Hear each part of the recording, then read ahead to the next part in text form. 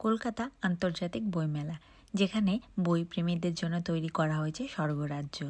নতুন বইয়ের গন্ধ, সাথে অসংখ্য স্মৃতি গড়ে তোলার সুযোগ রয়েছে এই বইমেলায়। হাই, আমি প্রাপ্তি। আমার নতুন একটি মিনি ব্লগে আপনাদের সকলকে স্বাগত। যেটুকু সময় আমরা ছুটি নিয়ে দেশের বাড়িতে থাকার সুযোগ পেয়েছিলাম, তার মধ্যেই কিন্তু অনুষ্ঠিত হয়েছিল এই কলকাতা আন্তর্জাতিক বইমেলা উৎসব।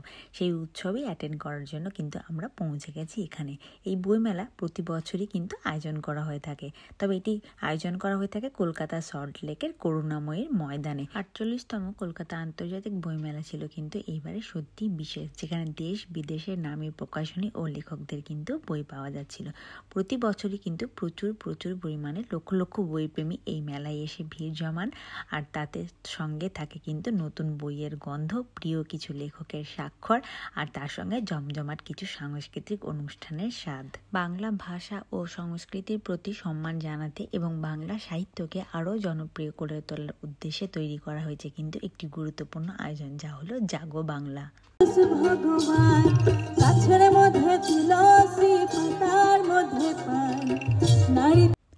জাগো বাংলা একটি প্রচারমূলক প্ল্যাটফর্ম হিসেবে কাজ করে, যা বাংলা সাহিত্য এবং বাংলা ভাষার প্রতি মানুষের আগ্রহ বাড়াতে সাহায্য করে। এখানে আপনারা যেগুলো পাবেন তা হলো বাংলা সাহিত্যের কিছু প্রখ্যাত লেখকদের বইয়ের প্রদর্শনী এবং তার সঙ্গে সাহিত্য আলোচনা, কবিতা পাঠ ও বক্তৃতার আয়োজন, এবং তাছাড়াও কিছু নতুন বাংলা বইয়ের প্রকাশনা। বইমেলার উল্লেখযোগ্য নিদর্শন হলো জনপ্রিয় ম্যাসকট হাস্য এবং হাসি। এই দুটি কার্টুন ক্যারেক্টার কিন্তু তৈরি করা হয়েছিল এই পরিবেশটাকে আরও মধুর করে তোলার জন্য, এবং প্রচুর মানুষ ভিড় করছেন এই দুটি কার্টুন ক্যারেক্টারের সামনে। এবারের বইমেলায় কিন্তু 500-রও বেশি স্টল ছিল, যেখানে কিন্তু দেশ বিদেশের প্রকাশনা সংস্থা ছিল। তার মধ্যে কিছু ছিল ছোট ছোট প্রকাশনী, আরও কিছু লিটল ম্যাগাজিনের স্টল। এখানকার প্রতিটা স্টলেই কিন্তু খুঁজে পাওয়া যাবে এক অন্যরকম গল্প। এছাড়াও মানুষের ভিড় আর রঙিন স্টলগুলোর সাজসজ্জা পুরো মনকে কিন্তু ভরিয়ে তোলে। বেশ কিছুক্ষণ ঘোরাঘুরির পর আমরা কিন্তু পৌঁছে গেছি আমাদের এক পছন্দের পাবলিশার্সের দোকানে। সেখানে স্টলে ঢুকেই প্রথমেই যেটা খুঁজে পাওয়া যাচ্ছে তা হচ্ছে প্রিয় কিছু লেখকের নতুন কিছু বই। এখান থেকে পছন্দ হওয়ার পর এখান থেকে কিন্তু আমরা অলরেডি এখান থেকে বই নিয়ে নিয়েছি, আর এইখানে কিন্তু চলছে তারই কিছু প্রিপারেশন। এইভাবেই বেশ কিছু সময় ধরে কিন্তু চললো এইরকমভাবেই বই খোঁজার একটা অভিজ্ঞতা। লিস্ট করা কিছু লেখকের বই পাওয়ার যে একটা নতুন অভিজ্ঞতা, সেটা দেখার জন্য বিভিন্ন ধরনের পাবলিশার্সের স্টলে গিয়ে ভিড় করা, সব মিলিয়ে যেন এক দারুণ অভিজ্ঞতা।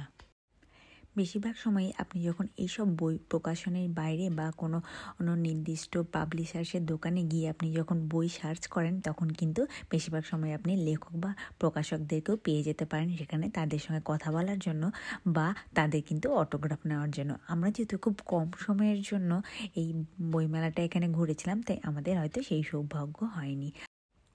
বইমেলার প্রতিটি কর্নারে রয়েছে কিন্তু নতুন নতুন প্রকাশনার সাথে জনপ্রিয় কিছু লেখকদের বই আর পুরোনো দিনের নস্টালজিয়া।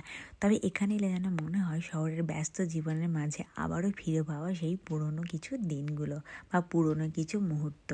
এবারে বইমেলায় একটি নতুন এবং বিশেষ আয়োজন হিসেবে তৈরি করা হয়েছে কিন্তু এই কবিতার গাড়ি।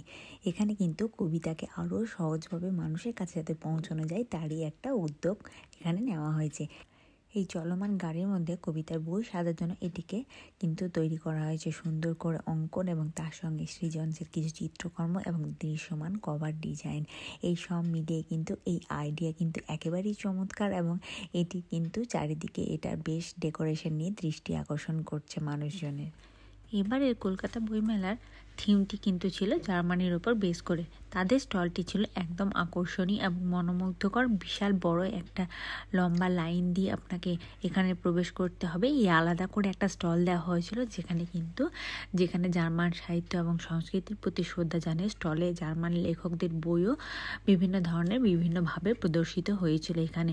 আর তাছাড়া এখানে কিন্তু একটা সেলফি জোন তৈরি করা হয়েছিল, যেখানে প্রচুর মানুষজন এসে ভিড় করছিলেন এইখান থেকে দাঁড়িয়ে এখানে সেলফি তোলার জন্য।